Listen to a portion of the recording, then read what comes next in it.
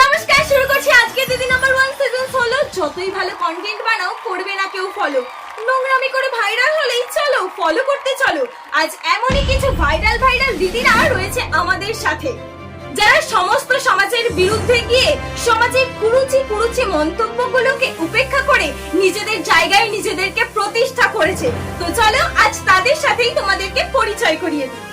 আরে দিদি, আমাকে নতুন করে পরিচয় করিয়ে দিতে হবে না, ক্যামেরাটা আমার সামনে আনুন, লোক এমনি আমার মুখ দেখলে চিনতে পেরে যাবে। অহংকার দেখো মেয়েটা, এত অহংকার করা ভালো নয় রে। যাকে আগে ওর কাহিনীটা তো শুনি। প্রথমেই রয়েছে সবার প্রিয় সুজি। নমস্কার দিদি, আমি সুজি। এই সুজি থেকে কিভাবে শ্রাদ্ধ বাড়ির ব্লগার হলাম, মতলব ফেমাস হলাম, সেই গল্পই আজকে তোমাদের সাথে শেয়ার করতে এসেছি। তারপরে রয়েছে দিয়া। নমস্কার দিদি, আমি দিয়া। দিয়া থেকে কি করে হসপিটাল ব্লগার হলাম সেই গল্পই তোমার কাছে শোনাতে এসেছি।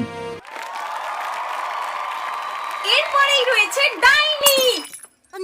সরি নামটা পড়তে ভুলেছে। ডাইনা, হাততালি। নমস্কার দিদি, আমি ডাইনা। আর ডাইনা থেকে কিভাবে শ্মশান ব্লগার হলাম সেই কাহিনী তোমাদেরকে শোনাতে এসেছি।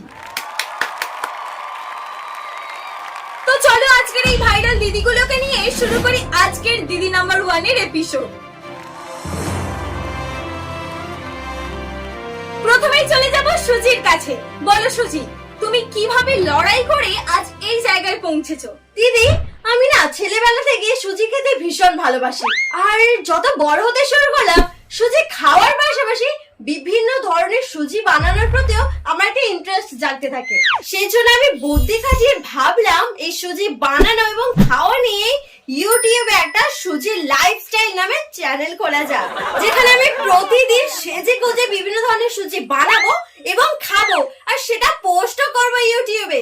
আর ঠিক এভাবেই আমি শুরু করলাম আমার ইউটিউব জার্নি। প্রতিদিন আমি ইউটিউবে নতুন ভিডিও পোস্ট করতে শুরু করলাম।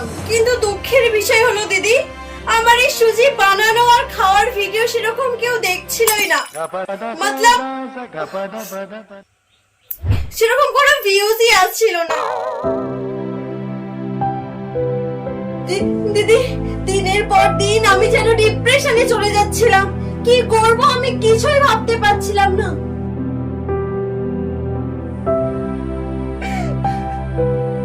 তারপর আমি একদিন ঠান্ডা মাথায় ভাবলাম যে না, এভাবে আর চলবে না, আমাকে স্পেশাল কিছু করতেই হবে। আর ঠিক সেই সময় ভগবান আমাদের বংশের একজনকে পট করে মেরে ফেলে, আর আমি ঠিক সেই সুযোগটাকে কাজে লাগালাম। দিদি, এর আগেও মোটামুটি কয়েকজন শ্রাদ্ধ বাড়ির ব্লগ বানিয়ে ভাইরাল হয়েছিল, সেটা আমার মাথায় ছিল। সেই জন্য আমি ভাবলাম এতে আমি আরেকটা আমার সুজির মশলা মিশে আলট্রা প্রো ম্যাক্স একটা শ্রাদ্ধ বাড়ির ব্লগ বানিয়ে ফেলি। বলো কি?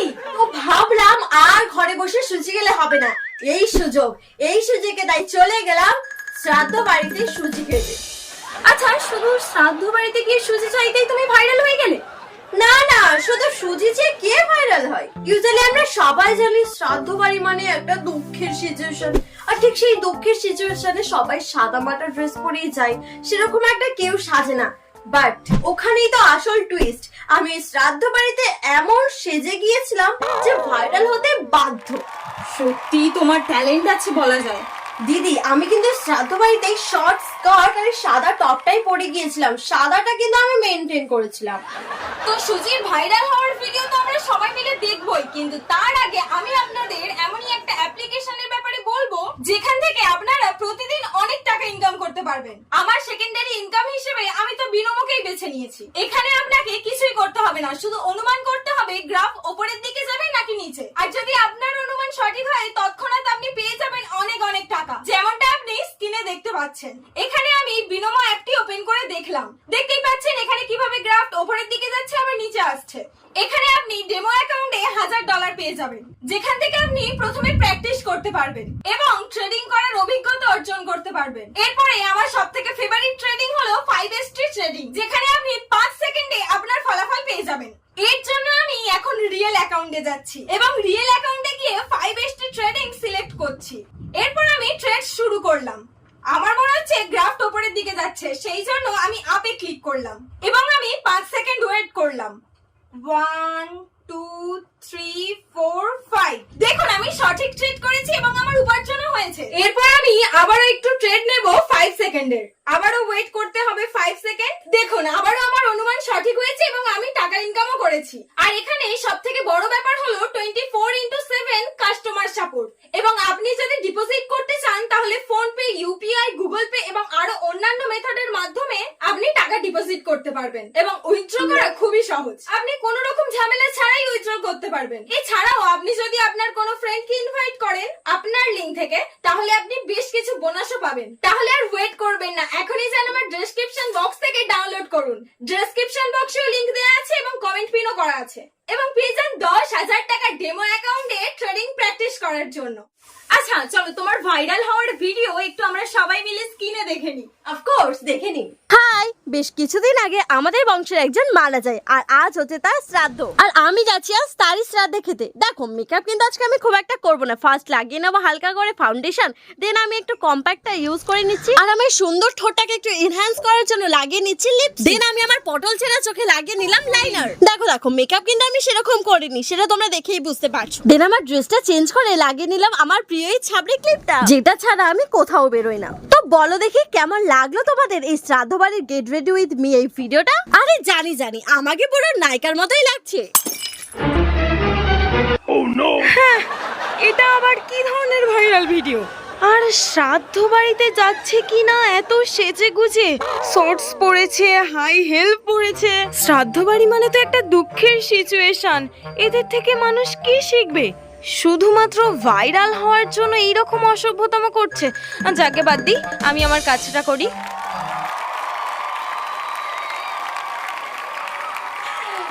আচ্ছা তোমাকে কেউ কিছু বলেনি? হ্যাঁ, সবাই তো আমাকে কমেন্টে গালাগালিতে উদ্ধার করে দিয়েছিল। তবে তাদের সেরকম কিছু আমার যায় আসেনি, বিকজ লোক তো কহেঙ্গে লোক কা কাম হি হে कहना। লোক যত কমেন্টে গালাগালি দিয়েছে আমার অ্যাকাউন্টে তত টাকা ঢুকেছে। তোমার বাবা মা তোমাকে কিছু বলেনি? বুঝতেই তো পারছো দিদি, সবকিছু পয়সা পয়সা। ও তার মানে টাকার জন্য যে কোনো কিছু এরা করতে পারে।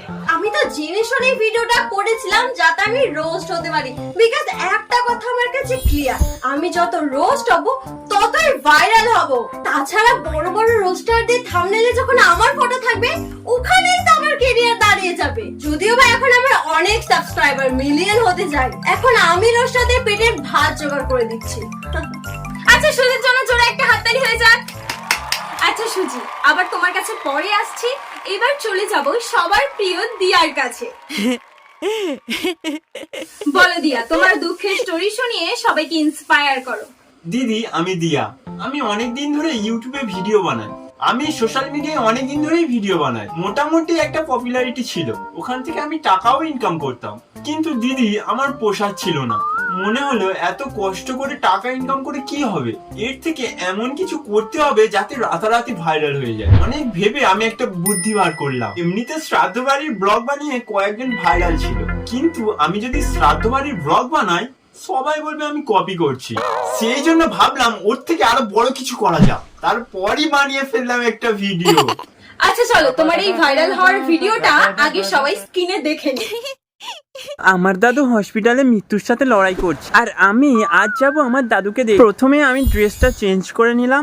দেখো যেহেতু আমি বাইরে বেরোবো মেকআপ তো আমাকে করতেই হবে, কারণ মেকআপ ছাড়া আমাকে শাকচুন্নি লাগে। আমার দাদুর চিকিৎসা করতে কিন্তু অনেক টাকা খরচা হবে। আমি বাড়িতে বলেছিলাম বেকার অত টাকা খরচা করে কি হবে, এর থেকে ওই টাকাটা আমার বিয়ের জন্য রেখে দিলেই হয়। বুড়ো মরলে মরুক না, সেই তো দুদিন পরেই মরবে। কিন্তু কেউ আমার কথা শুনলো না, সেই জন্য আমি আমার হাঁটুতে থাকা বুদ্ধিটাকে কাজে লাগিয়ে তোমরা এখন যে ভিডিওটা দেখছো সেই ভিডিওটা বানিয়ে নিলাম। এর দুটো ফায়দা, এক সোশ্যাল মিডিয়াতেও ভাইরাল হওয়া যাবে, আর দুই দাদুকে এই ভিডিওটা দেখালেই দাদু সঙ্গে সঙ্গে পটল তুলবে। ডবল ফায়দা, টাকাটাও বেঁচে যাবে আর ভাইরাল হয়েও টাকা ইনকাম হবে।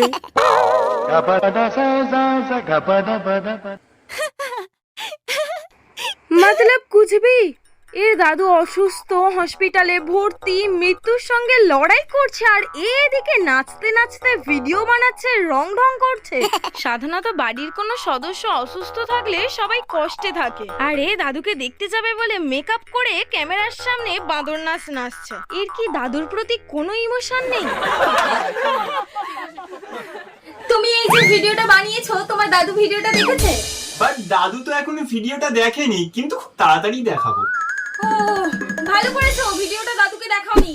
আর ভুল করেও দাদুকে যেন ভিডিওটা দেখিও না। তোমার দাদু যদি এই ভিডিওটা দেখে তাহলে হার্ট অ্যাটাক করে মারা যাবে, আর ভাববে যে দুধ কলা দিয়ে এতদিন ঘরে কাজ সব পুষেছি। দিদি তাহলে তো আরো ভালো, দাদু মারা গেলেই তারপরেই শ্রাদ্ধ বাড়ির ব্লগটাও সেরে ফেলবো। তাও ঠিক লজিক। তো সবাই দিয়ার জন্য একটা জোরে হাততালি হয়ে যাক।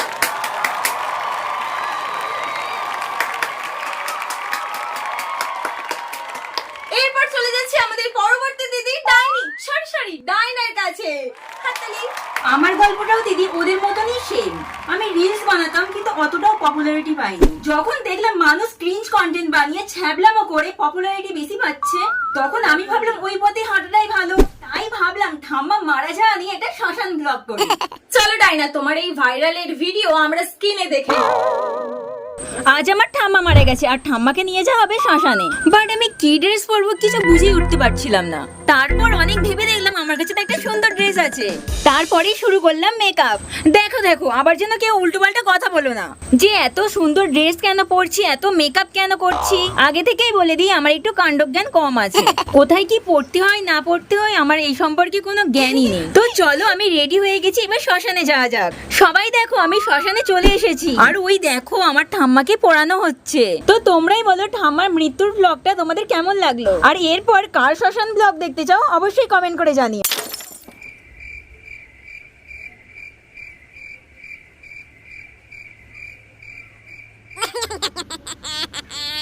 मतलब कुछ भी যা নয় তাই করে এরা ভিডিও বানাচ্ছে, আর সেই ভিডিও ভাইরালও হয়ে যাচ্ছে। এর আগেও দিদি নাম্বার 1-এ কত কন্টেন্ট ক্রিয়েটররা এসেছে, তাদের মধ্যে কেউ ছিল কমেডিয়ান, কেউ রান্নার ট্যালেন্টকে কাজে লাগিয়েছে, কেউ ডান্স, কেউ অ্যাক্টিং, কেউ বা সিঙ্গিং। প্রত্যেকের লাইফে স্ট্রাগল করে ভাইরাল হয়েছে, আর তাদের স্ট্রাগলের স্টোরি এই দিদি নাম্বার 1-এর মঞ্চে শুনিয়েছে। আর এরা সবাই উল্টোপাল্টা ভিডিও বানিয়ে মানুষের ইমোশনের সাথে খেলে ভাইরাল হয়েছে, আর সেই কাহিনী আবার বড়াই করে বলছে। সবাই একটু জোরে হাত তুলে দাও, আমার স্টোরি তোমাদেরকে শেয়ার করলাম।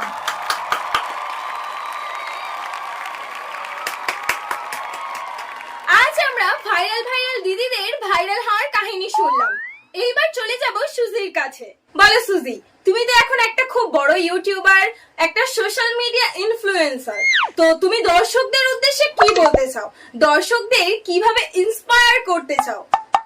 দিদি, আমি সবার উদ্দেশ্যে একটাই কথা বলতে চাই, ভালো ভিডিও করে লাভ নেই, বরঞ্চ সবাইকে বলছি ক্রিঞ্জ কন্টেন্ট ভিডিও ক্রিয়েট করতে। ক্রিঞ্জ কন্টেন্ট হোক বা নোংরামি করে, একবার ভাইরাল হলেই মানুষ তোমার পিছনে ছুটবে। যেমনটা আমি নোংরামি করে ভিডিও বানালাম বলে দেখো কত তাড়াতাড়ি ভাইরাল হয়ে গেলাম, আর কত কম সময়ের মধ্যে আমার মিলিয়ন সাবস্ক্রাইবার হয়ে যাচ্ছে। আর দেখো যারা ভালো ভিডিও বানাচ্ছে তারা কেমন ধীরে ধীরে ধীরে কচ্ছপের মতো এগোচ্ছে। হ্যাঁ দিদি ঠিক বলেছে, ভালো ভিডিও বানিয়ে কোনো লাভ নেই। হ্যাঁ দিদি, ভালো ভিডিও বানিয়ে কোনো লাভ নেই। এর থেকে সবাই ক্রিঞ্জ কন্টেন্ট বানাও, আমাদের মতো ফেমাস হয়ে যাবে। ও তার মানে তুমি বলতে চাইছো ভালো কিছু করে সৎ পথে এগোনোর কোনো দরকারই নেই, নোংরামি করে ভুল পথে এগিয়ে যেতে হবে, টাকা ইনকাম করা নিয়ে দরকার, সে যেমনই হোক, তাই তো? তাহলে তোমরা একটা কথা বলো, ইন্ডিয়ার বড় বড় ইউটিউবাররা আশিস চঞ্চলানি, ভুবন বাম, ক্যারি মিনাটি, এরা কি সব নোংরামো করে টপ ইউটিউবারের লিস্টে পৌঁছেছে? নিশ্চয়ই না। আচ্ছা ইন্ডিয়ার কথা ছাড়ো, আমি শুধু এই ওয়েস্ট বেঙ্গলের কথাই ধরছি। ওয়েস্ট বেঙ্গলের সব থেকে বড় বড় ইউটিউবাররা, the Bong guy, wonder Munna, Poppy kitchen, এরা কিন্তু কেউ ভুলভাল ভিডিও করে বা নোংরামি করে উপরে ওঠেনি, এরা কিন্তু নিজের ট্যালেন্টের জোরে টপ লিস্টে পৌঁছেছে। তোমরা যেভাবে উপরে ওঠার চেষ্টা করছো, এতে তো ওয়েস্ট বেঙ্গলের ইউটিউব কমিউনিটিরই ক্ষতি হচ্ছে। আচ্ছা একটা কথা বলো, যেভাবে ট্রেন্ড চালু হয়েছে, প্রথমে শুরু হলো শ্রাদ্ধ বাড়ি থেকে, তারপর দাদুর অসুস্থতা, তারপর দিদার মৃত্যুতে নেচে নেচে শ্মশানে যাওয়া, আবার নিজের কাকা কাকিমাকেও টেনে আনছে। এইভাবে যত দিন যাবে তত তো আরো এক্সট্রিম লেভেলে পৌঁছে যাবে। ধরো আরো কিছু বছর পর যখন তোমাদের ছেলেমেয়েরা বড় হবে আর তোমাদের এই কাহিনী থেকে ইন্সপায়ার হয়ে তারা যখন এই ধরনের ভ্লগ বানানো শুরু করবে, তারা যখন তোমাদেরকে নিয়ে এইভাবে ভ্লগ বানাবে, তখন কি খুব একটা ভালো লাগবে? জানি জানি সবারই খারাপ লাগে। নিজের বাবা মাকে নিয়ে ভিডিও বানালে সবারই কষ্ট হয়। তাহলে একটা কথা বলো, আজ তোমরা যাদেরকে নিয়ে ভিডিও বানাচ্ছ, কারো দাদু কারো দিদা, কিন্তু ওটা তোমাদের দাদু দিদা হলেও ওনারা তো কারোর বাবা মা। যাদের ওনারা বাবা মা, তাদের কতটা খারাপ লাগছে এই ধরনের ভিডিও দেখার পর। সেই জন্যই বলছি, ভাইরাল হওয়ার জন্য ভুলভাল ভিডিও বানানোর কোনো দরকার নেই। হয়তো তোমরা একটু দেরিতে উপরে উঠবে, কিন্তু ঠিক পথে সঠিক পথে হাঁটাটা বেশি দরকার। যেহেতু এটা দিদি নাম্বার 1 এর মঞ্চ, এখান থেকে অনেক মানুষ ইন্সপায়ার হয়, সেই জন্যই তোমাদেরকে এই কথাগুলো বললাম। তো চলো আজকের এপিসোডটা এখানেই শেষ করছি, পরের কোনো এপিসোড নিয়ে আবার আসছি। সবাই ভালো থাকবেন, সুস্থ থাকবেন, শুভরাত্রি।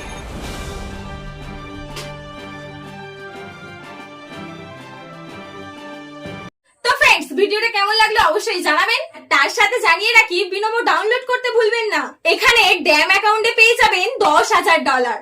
সেখান থেকে যদি আপনি ট্রেড শুরু করেন, সেক্ষেত্রে কোনো রিস্ক থাকবে না এবং আপনি প্র্যাকটিস শুরু করতে পারবেন। তাহলে যান, ডাউনলোড করুন বিনোমো।